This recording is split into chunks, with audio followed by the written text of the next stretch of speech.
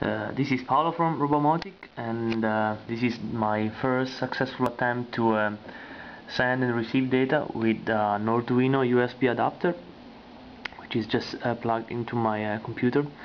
So this is a pretty simple interface to basically send some events, and actually the other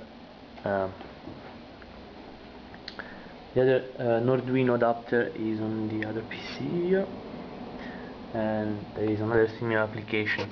So what I do now, for example, I send just a simple event, okay, and maybe I send 5 of them, and we can see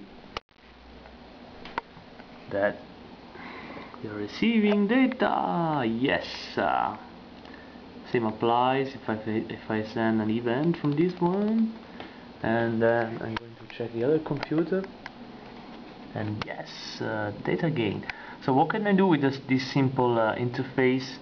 Is just to set the TX and RX address and a couple other things, and the API is very simple, so you can just send or receive data from basically a Nordic network. And so next time I will be using the Norduino to send some more events.